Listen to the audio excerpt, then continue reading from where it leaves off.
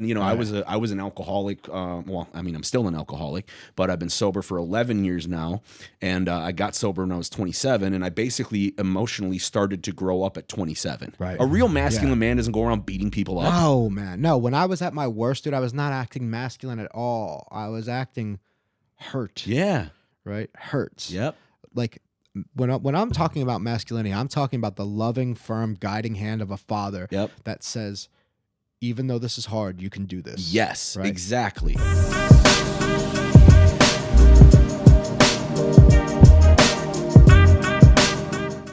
Hello, and welcome to the pilot episode of the No Nonsense with Eric Uresk podcast, a place where we have unfiltered conversations about life, leadership, and beyond. And today, so pilot episode, brand new. We're about to launch a bunch of episodes following, but we're just in here kind of working out the kinks, having a little fun. So I'm here with my producer, Max Bergstrom. Decided to start working together not too long ago. And so, yeah, we're just in here fucking around today and having a good time.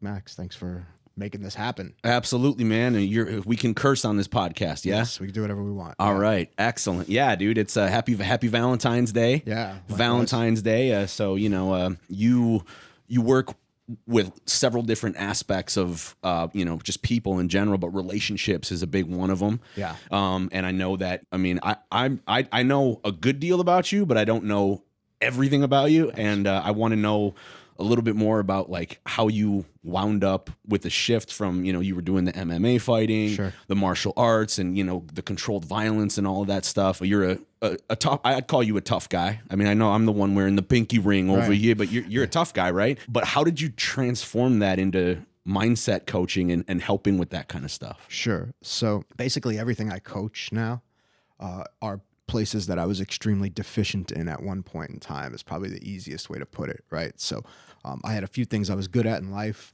Most of it was centered around, martial arts, fighting, things of that nature. But I was really deficient in relationships, really deficient in my own stress management. My life was riddled and run by fear and anxiety, and I had a lot of trauma that I had to deal with. My childhood was tumultuous and chaotic, and yeah, it was rough. It was rough, and I'm sure I'll get plenty more into the details around that as we move through episodes, and I get to reveal more of myself with the audience, but I didn't know how to be in a relationship. All the models that I had around relationships were completely chaotic. I didn't know how to be in relationship with myself, right? So there was so much self-judgment, so much fear, so much story, so many limiting beliefs about what I can and can't do. And I reached a point in my life somewhere in my mid-30s where that was no longer acceptable to me. And I'd been doing a lot of work before that. I mean, I'm sober. I'll be 20 years sober this year. So I've been doing work on myself for a long time. But right on. The damage was so extensive that it took me, that long. I was probably sober, 14 or so years, maybe. Okay. Yeah, 12 or so years at the time when I really I needed something else, right? So being sober, not doing drugs, not kicking people's door down anymore. That was a good thing. It was a good start, right? And I definitely had built up a decent life for myself, but I was so limited and I was still really unhappy. Yep. Right. I did all this cool shit, traveled around the world, right? Girls and all the things and all the like I'm the man kind of stuff and all of it, successes and it was external. Absolutely. And it was all empty. Right. So I was like, okay, this is where I'm at with this. Like, where do I go from here? Right. And so I started seeking out deeper knowledge, getting trained formally, just going wherever I could. Like whoever has what I want, the skills that I need to get along better in life, those are the people that I'm going to seek out. Yep. And man, it's like, I was thinking about this today. It's Valentine's Day, right? And yeah, it doesn't really mean anything in the grand scheme of things. Whatever. It's symbolic of relationships. And I was just thinking about how men and women largely, but men in particular, they're just not trained how to be in a relationship. Like, and maybe not everybody has the same experience that I do, right? And I'm sure there's some parents out there that are role modeling and showing their kids how to be in a relationship. But man, the vast majority of people I know didn't get that kind of training from people. Right. I grew up with two people that had no skills to deal with conflict whatsoever, right? So my mom would instigate, cry, shut down, right? My dad receive her criticisms or have his own criticisms about what wasn't right, okay? No ability to deal with his own stress, so he would just blow up, right? And so that's the dynamic that we're receiving. It's like blow up or shut down. And that's the two dynamics that I see people mostly work within, right? So they either don't talk about nothing, right? So everything gets swept under the rug because I don't want the blow up. Right. Right. So that's a good coping mechanism. Or the fear of confrontation. Or the fear of confrontation. I don't want that uncomfortableness because I don't know how to be in confrontation. Yes. Because what do you see when you're a kid?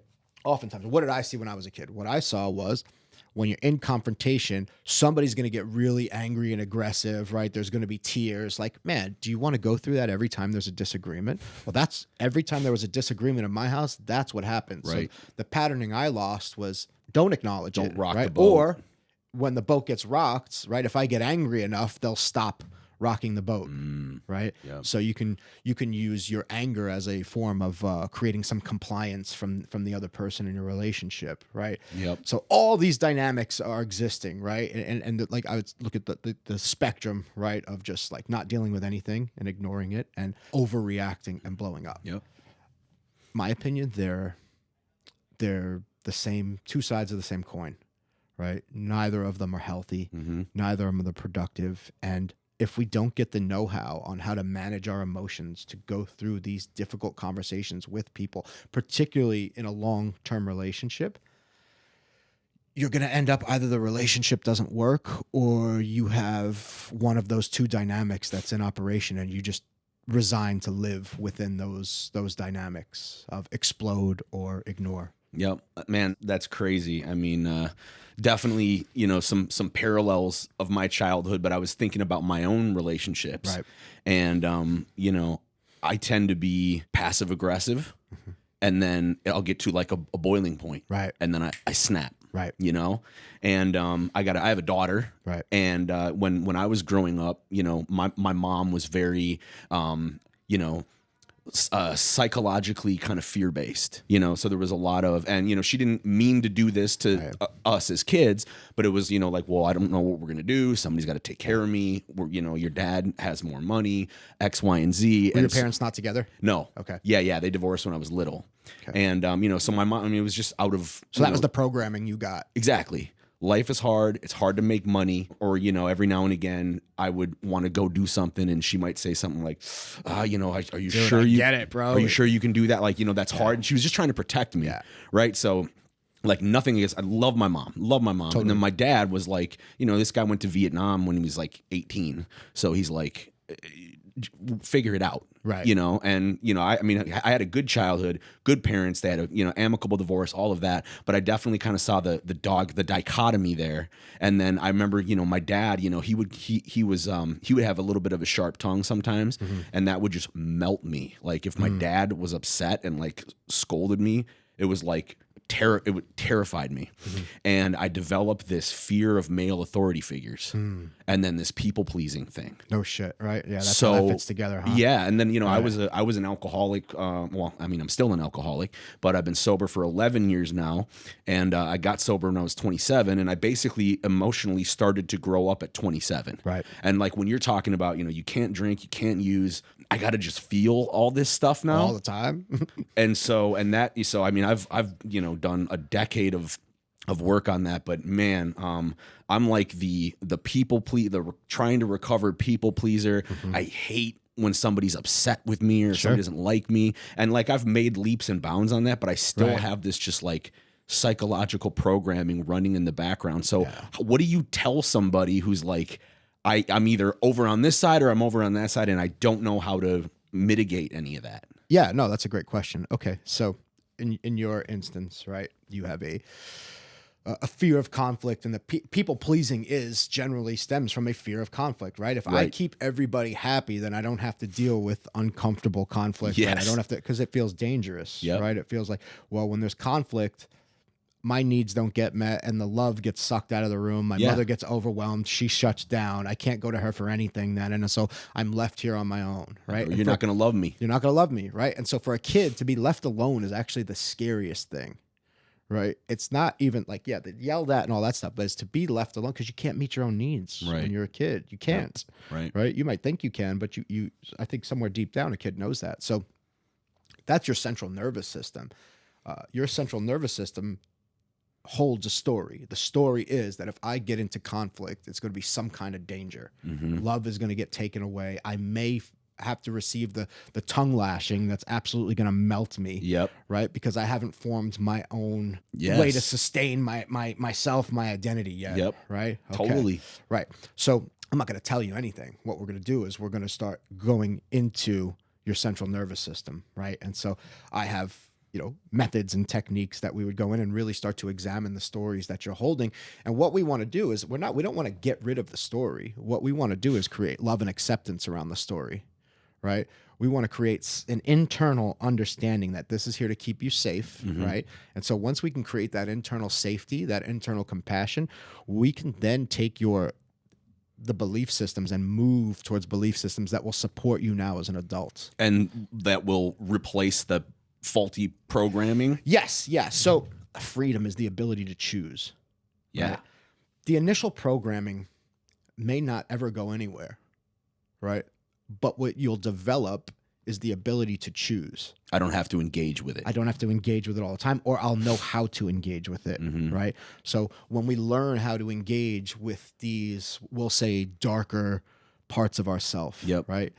Instead of, I hope it doesn't happen again, right? So if I'm going to resist and reject these parts of myself that were born out of rejection, what do you think is going to happen? A lot of the same. They're going to scream fucking louder. Yeah, exactly. Right? That's why bad kids behave badly. Yep. So that they can get attention. What you resist persists. What you resist persists. Yep. Exactly that. Right. Yep. So we don't want to resist these things if we want to learn how to live with them and coexist with these things. Right. So there's a process of transforming your relationship to the thing, right? And once you transform, and we can transform it to whatever you want, right? I don't have this is the right way or wrong way. There is no right or wrong to any of this. It's what's going to work for you. Yep. And so that's in a nutshell. If I was to get into the full process here, it'd be very long and drawn out. Everybody, free coaching program right now. Yeah. Tune in. No, that's huge, man. And one of the being sober. I had a sponsor back in the day that he had me do a couple of things. Is one, he had me do something he would call dream theater, and he's like, you got different personalities, and he's like, he gave me examples of his, but I got a Rambo guy who just want, if I'm angry, I'm just going to shoot everybody. I got a Jack the Ripper where I'll pull you up close and, I want to see your pain. I've got, the spiritual guy who whatever happens, I'm just totally fine. Right. I got the dad. I've got the scared little boy. Yeah. I've got, the masculine. A lot of my masculinity is wrapped up in my identity to make money and to take care of people. So there's all these different personalities, and it's like they're sitting at a round table. And then I've got one that I actually stole from somebody, but he just described it perfectly, but it's called the vulture. And this guy is like this, even before my feet hit the floor, he's like, hey, Max, I see that you're up. You're going to have a terrible day. Girlfriend's going to leave you. You're going to lose those clients. Have a nice one, but immediately it's on me. And so I've had to do a lot of work to just be mindful of that and then be like, oh, yep, there's so-and-so. There's, because it's for some reason it sounds helps. like your mom. Yeah, well, maybe. Right. Maybe in some. It's going to be hard. In so some, just expect it to be hard. Right. So, but interestingly enough, I found that if I name them, I can actually it's okay, that's, I don't have to engage with this. Sure. You know what I mean? And so kind of having all that. And then, my current sponsor is a wonderful guy, saved my life several times.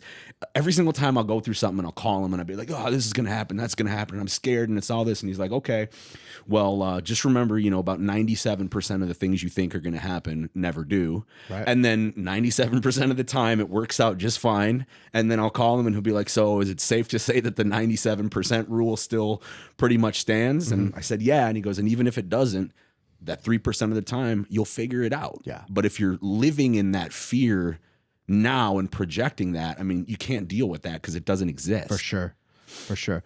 I have a guy that I actually get some coaching from on some business stuff, but I also really respect him. He does somewhat similar coaching to I do, very, very different approach. But one of the things I heard him say once was that, do you know what you'll do when things get hard? You'll be strong.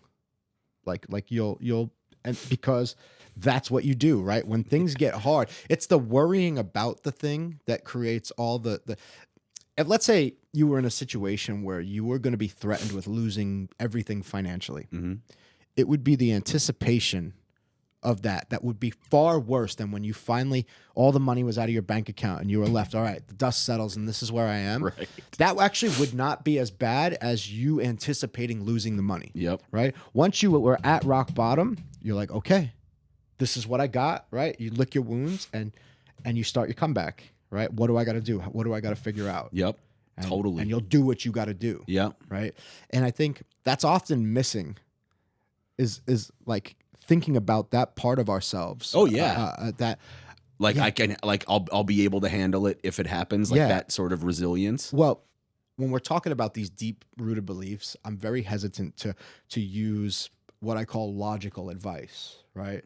So just don't worry about it, right? Yeah. Just think positive. Yeah, yeah. Because that stuff, it really doesn't have a place here, right? Oh, normally when somebody if you're really upset, and somebody's like, bro, just be positive. You're like, well, fuck you, man. You Like, got to deal with what's there. I'm going through something right now. You got to deal with what's there. So actually, one of my clients, she also sees a therapist. And one of the things that her therapist had her do in terms of her relationship was, all right, write out the worst case scenario all the way to the end and get to the end. And then what? Right. So similar situation. Yep. Right. It's the anticipation of the thing is far worse than if the thing actually happens. Yeah. If it even happens. If it even happens. Yeah. Right? It's like the wheel of fear. There's all these different scenarios that we have and you spin the wheel, but it only lands on one thing. Yeah. Right. You know, so you're like, well, if this happens and that's going to happen and this is going to happen. And what if that happens? And what if this happens? And what if that, I mean, it's impossible to cope with that. Yeah. And, you know, the more I realize, it's absolutely necessary for, you know, especially people really just getting involved in this. Like we've got to deal with the mind. We've got to deal with the emotional body. But man, having a spiritual connection really makes this all the more easy. Yeah. Right. And I can't tell you how many times some of the hardest points in my life served as the greatest learning moments. Now, if you asked me ahead of time, do I want to go through this? I would have said no. Yeah. Of course not. I don't want to go through this. I don't want to go through this discomfort. But these deeply uncomfortable moments served as catalysts that really pushed me forward.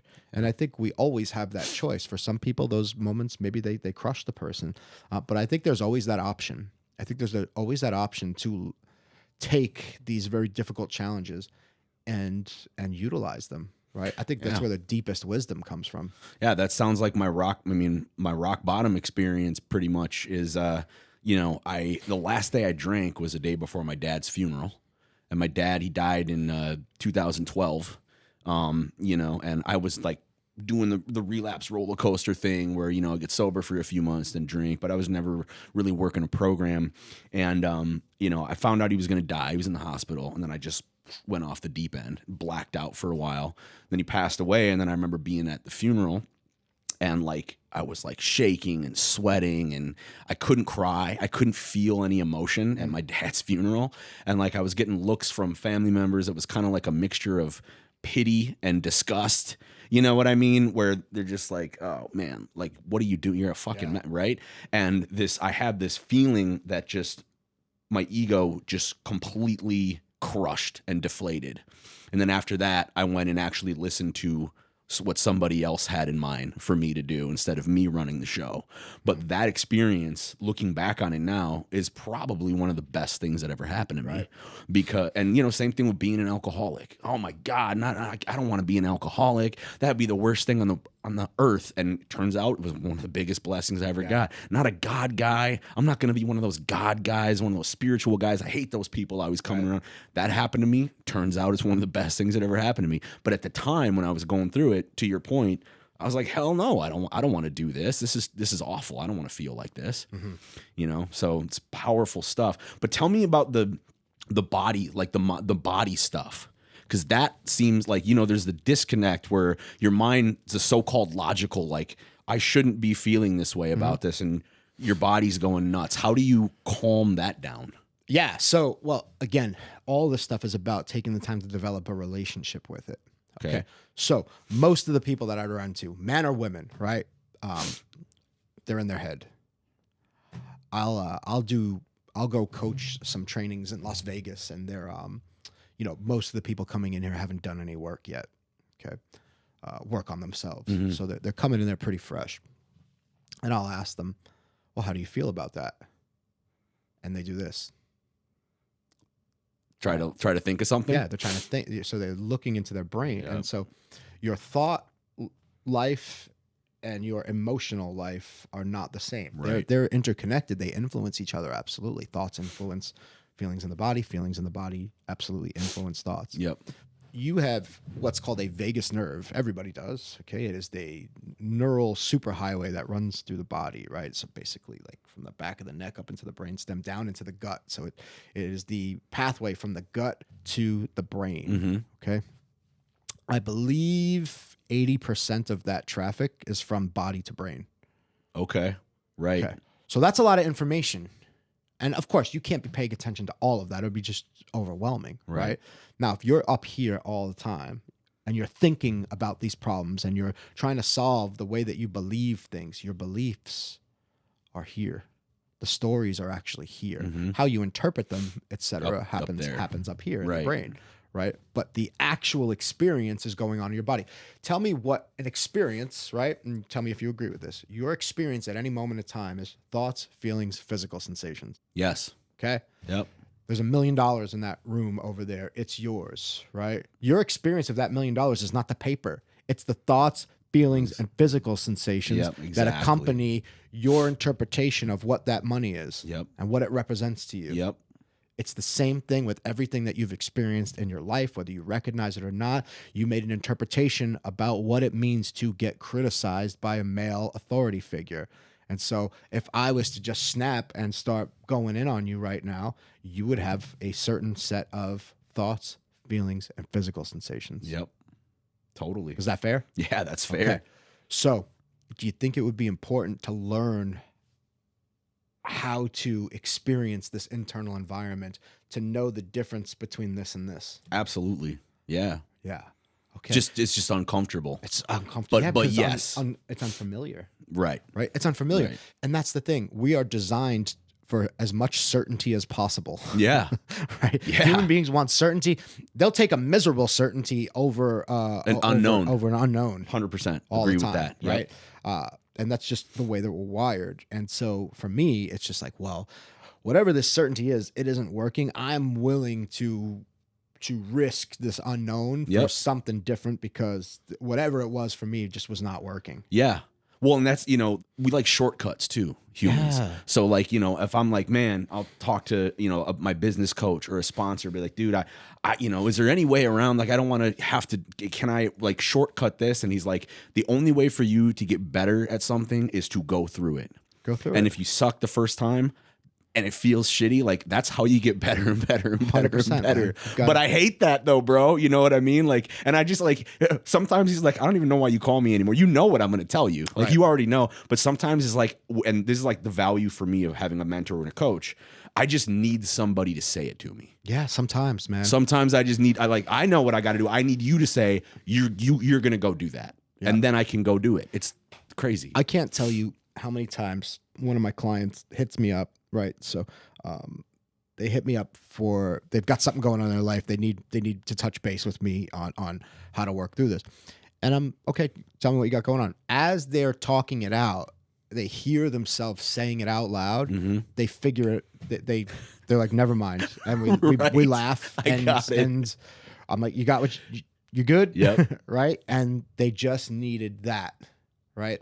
I really believe men or women, but I think men in particular need the type of accountability. So it's like accountability of like tongue lashings is not accountability, right? That's not an accountability that's going to move me in a way that's going to be effective or I can be happy, right? Accountability is, Max, you got this beautiful girl and you got this beautiful daughter, right? Like you owe it to all these people, to yourself and to them to show up for yourself, Mm-hmm. right? And learn this so that you can show up for them. Yep. Right. And I'm Yep. just using that as a for instance, right? Yep. That's like, and I got you, man. Let's do this. Yep. You know, and not letting you play small. Yes. Right? I'm not saying men have to act like women when it comes to their emotions, because I'll tell you what, I know a lot of women that have a lot of feelings and they're not emotionally intelligent. Just because you feel a lot does not mean you're emotionally intelligent. Yeah. And there's masculine women as well. Like, there's masculine women as well. There's all shapes and sizes, right? Yeah. But just because you feel a lot doesn't mean that you're emotionally intelligent. Just because you don't, obviously, if you don't have access to your feelings, that would imply that there's not a lot of emotional intelligence there either. Right. It's needing to understand this world, because it is how you experience everything, yes, whether you're cognizant of it or not, right? So you got to know what your experience is and how you're relating to this experience if you hope to shift it or move it in a way that works better for you. Mm-hmm. There's no right or wrong to it.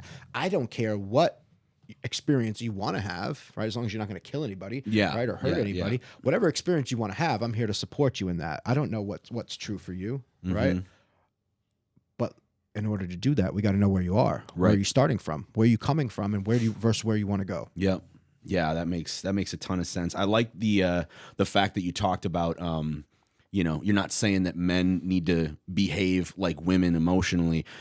I'm seeing a lot of this sort of, like, a lot of content out there now. You got one side saying that, globally we're trying to feminize men and all this kind of stuff. And then, you have people on the other, like the woke angle of everything. And there's a lot going on there. And I feel like people get into that dogmatic kind of. Oh, they go so black and white, dude. Because here's the thing.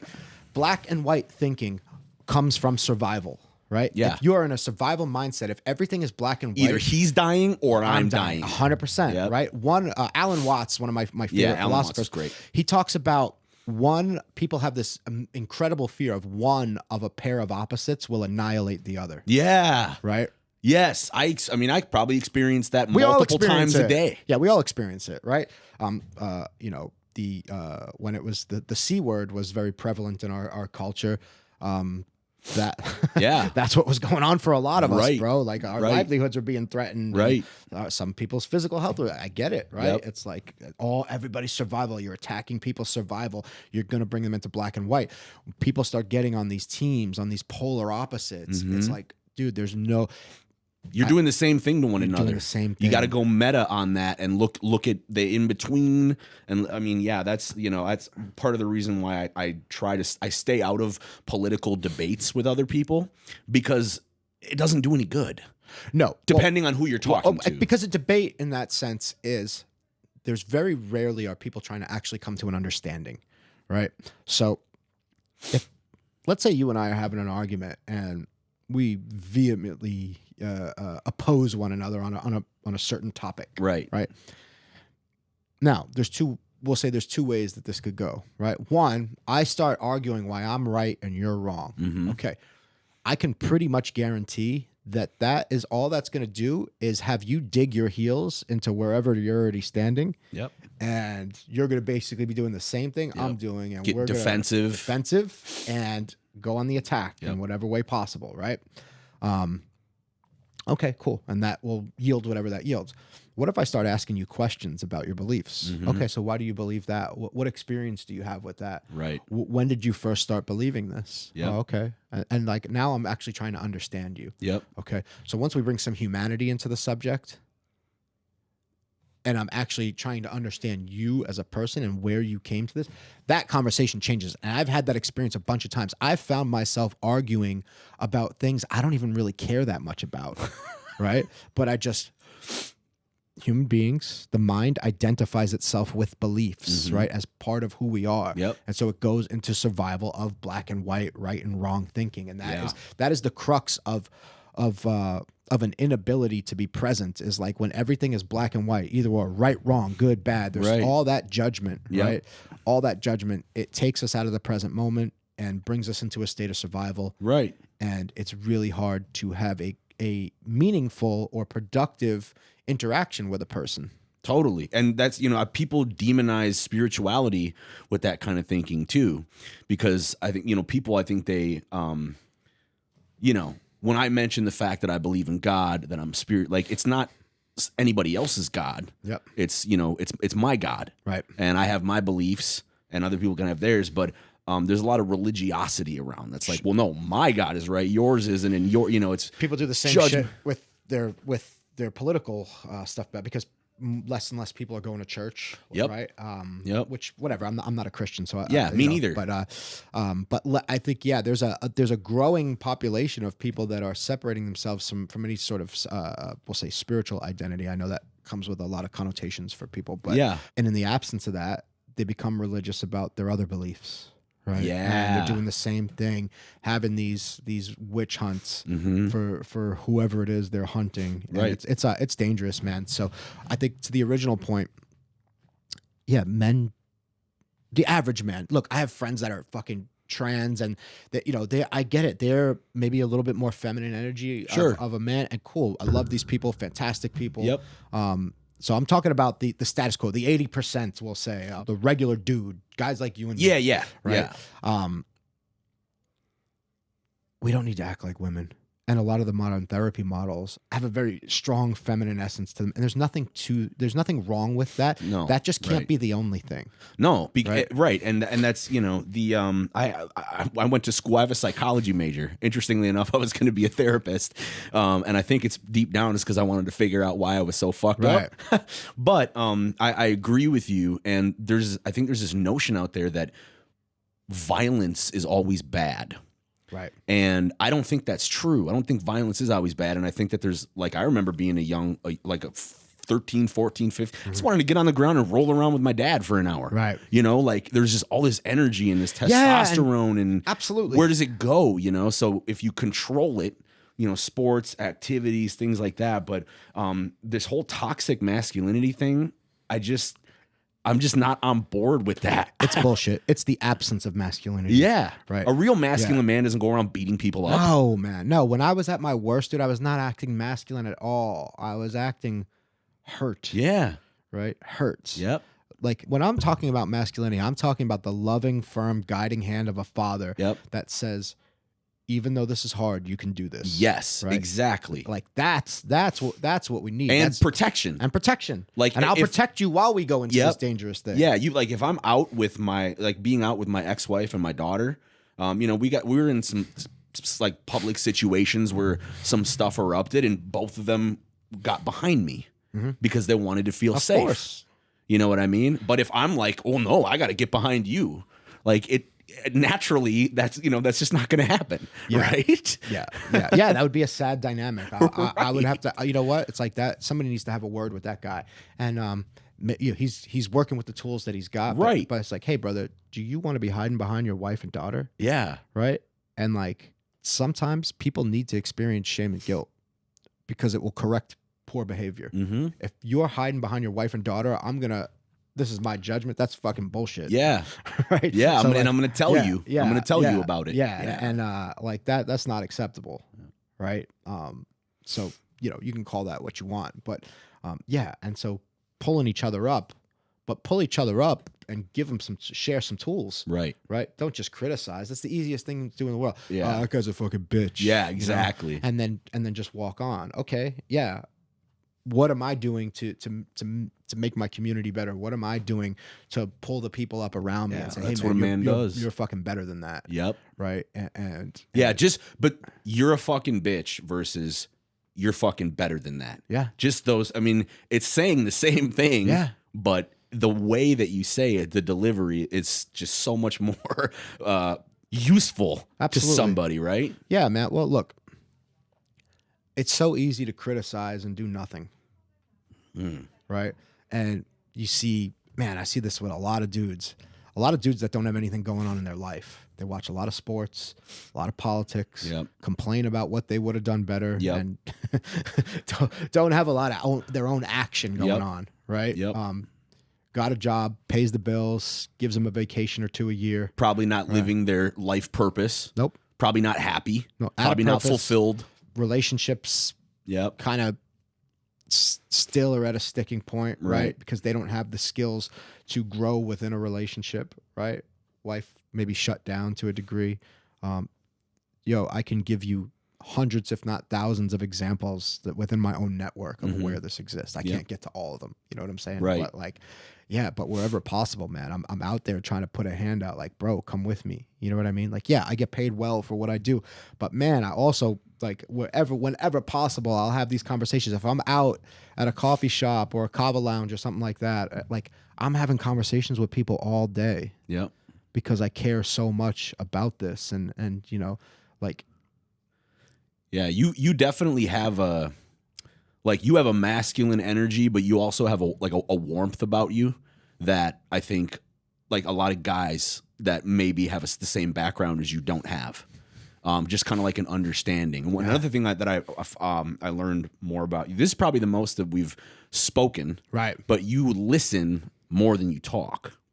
You know what I mean? And what I've noticed from seeing you around the kava joint is that when you say something, it's usually like you don't ramble. I ramble a lot, you know, and that's not really a masculine trait. It's kind of a nervous trait. Right. And, you know, it's obviously something that I'm working on as well. But I feel like you think before you say something. Sure. I try to be in touch with what I'm saying. I used to, when I first started shooting content, I would want to get my ideas so fast out because you've got like Instagram used to have like a 15-second video window. Like, hey, what's going on, guys? This is Eric. Yeah, exactly. So I'd be like, oh man, I got to get all this out. And sometimes I can still talk fast. So, you know, it's nice that, yeah, I've had to put work into it's getting comfortable that let my message come out in the way it needs to come out. And there's technically, there's a lot of power to pause. Yes. Right. There's a lot of it because it actually takes a lot of comfort and confidence to pause. Yep. Right. People don't like silence. No, people don't like silence. But man, silence can be really powerful. Mm-hmm. Right. Silence can be a massive tool. So if I'm in the middle of talking about something, if somebody's actually listening to me, they're trying to process what I'm saying. And so if I'm just rapid firing it, which I absolutely have the capability of doing at times, it's not the most effective way to communicate. No. So if I can take a pause, right? And even so it serves two things. I'm collecting my next thought because I want it to express with very little waste. You're getting a chance to catch up to what you think or feel about what I just said, right? Yeah. And experience what I said and you know, do what you're going to do with that information. Yeah. I get in situations, especially like in business situations where there's a lot riding on things, where I get I'm thinking about what the other person is going to say. And so like, as I'm talking, I'm trying to like, okay, well, what are they going to say next? And I'm trying to like figure out my response to it. So I'm not actually listening to that person. 100%. And then I motor mouth when I get nervous. Yeah. And that like, it comes off as like this guy, like, I don't know if he's too sure about, you know, what he's doing. Like if you know, slow the tone or, you know, don't make everything a question. And, you know, slow down and pause and all of that stuff. I really need to work on that more. And it takes practice, dude. And so if you don't, I can give you some coaching on this. Please do it. Let's go. Cool. So the first thing I hear is while he's talking, I'm thinking of my answer. Yep. Okay. So in active listening, right? The skill of active listening, which is an invaluable skill, guys, super valuable skill, relationships, business, otherwise. What if I just listened without trying to decide whether I agree or agree or disagree with you or not? Right? Actually listened. If I'm listening to form a response, I'm not really listening. Right. Right? So listening to hear the person is much different than listening to respond to the person. Okay, no, I get it. You're in a business deal. You're trying to, you know, there's a lot at stake on here, potentially thousands of dollars, right? So you're like, okay, so I'm going to feed myself for the next couple months. Like this is important. But when the focus is inward on how am I survival? Yeah. Right. It's selfishness. Selfishness. That's what it is. Right. Yeah. I'm so worried about how I look and absolutely. Yeah. Right. And so this is why all our work outside of that to get what does my selfishness look like? Yeah. When is it popping up? Is it coming through in these meetings? Yeah. Right. Now, if I'm in a meeting with you and you feel I'm here to do a service for you and I'm really interested in you to the point where I'm asking you questions and I'm gaining a deeper understanding of what it is that you need. Yeah. If you're going to buy something from me, a service, let's say, do you want me to understand you? Of course. Okay. 100%. Do you want me to, or would you rather me be thinking of sharp answers to just respond to what? Of course not. Right. Yeah, of course not. Okay. So and logically, but here's the thing that I run into. Logically, I know that. but emotionally, I'm not. I need to get more in touch with that, right? You got to start. That's where you get to start to practice. Yep. Don't expect to do no practice on yourself and go into these meetings and just use. Right. Maybe you can. Maybe you can if the patterns aren't so deeply involved. Meditation has helped a lot for me. If my nervous system is in survival, it's going to be very challenging to shift into an outward focus. Totally. Right? Totally. Survival is a complete inward focus. Yep. It's about me and mine. Yep. Right? Yep. I feel like a lot of the country is in that mode. I would say the average dude, I can be there all the time. Like I have to work at this. It's a constant work. Yeah. Like my whole life was survival. My house was not safe. I spent as little time in my house as possible as a kid. The only time I felt safe was when I was on my bike just riding, not even around people. I didn't feel safe around people. I didn't even feel safe around my friends. Oh, really? Yeah. Only time I felt safe was on my bike or when I was with my grandmother or my Aunt Barbara when I was a kid. That's the only times I felt safe. So is that why you got into fighting? Because you're like, I can protect myself this way, and it was an outlet. I got bullied a couple times. And I watched a lot of 80s action movies. Yeah. Anytime something comes on with like Stallone, Van Damme, like the next 3 hours of my day is gone. Yeah, you know the drill, right? So those were my role models, right? So I just, as luck would have it, even though I was very tiny at the time, I didn't have any muscles. I was a little nothing. I just had some physical gifts of able to fight well from an early age, and then I actually started getting trained, and then I got dangerous. Yeah. So it's been a wild ride, but the point of all that was I had to train my nervous system for safety so that when my wife is coming to me with something tough for her, I'm not looking at it as fuck, this is another thing I got to fix. Yep. She should be fucking happy. Look at the fucking, I fall in that route all the time, man. Look at this beautiful apartment in this beautiful look at all I do part for of town, you.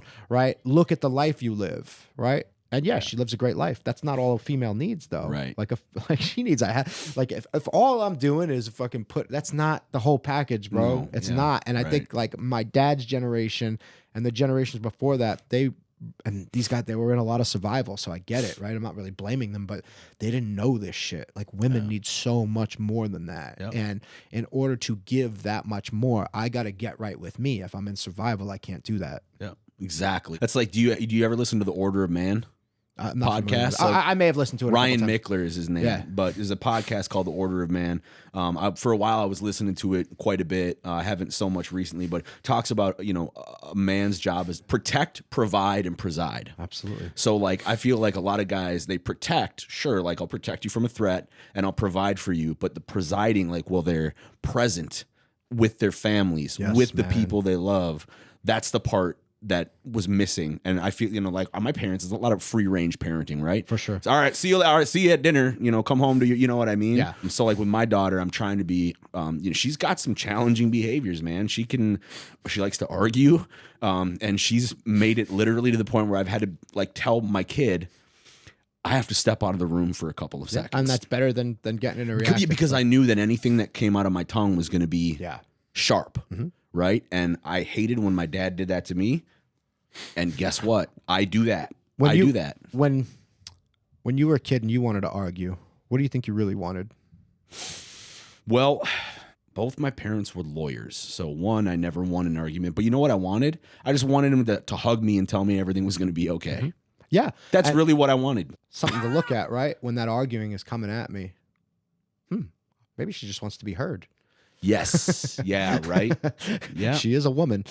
Maybe she just wants to be heard. Yeah. And I've apologized. Like I will apologize to my daughter. It's hard, bro. It is. It's hard. I don't envy that.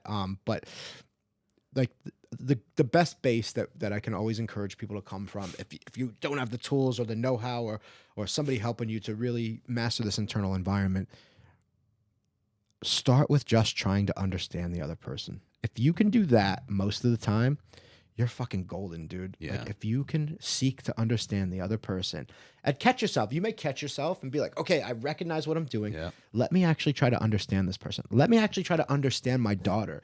Like if parents, like my parents weren't trying to understand shit, right? It was you're wrong, bad, and punished. Yeah, right. There you go. That was it, bro. So I was like, I'm not telling you guys nothing. Yep. I couldn't. Yeah. You're not going to meet me with any type of love, acceptance, or questioning. You're not going to try to help me understand. It's going to be a deeper. snap judgment. No, it's going to be a snap judgment of what a piece of shit I am. Yeah. And man, I already feel enough of that. No thanks. Yeah. Right. So like, and beyond kids, spouses, loved ones. Yeah. Spouse, friends. that's tricky too. Yeah. I can be confrontational in business, but I'm what's the avoidant? Like in my relationship with Casey, I'm the avoidant one. She pursues and I avoid. Yeah. And the reason why I avoid is because I don't want the conflict. I don't want to argue.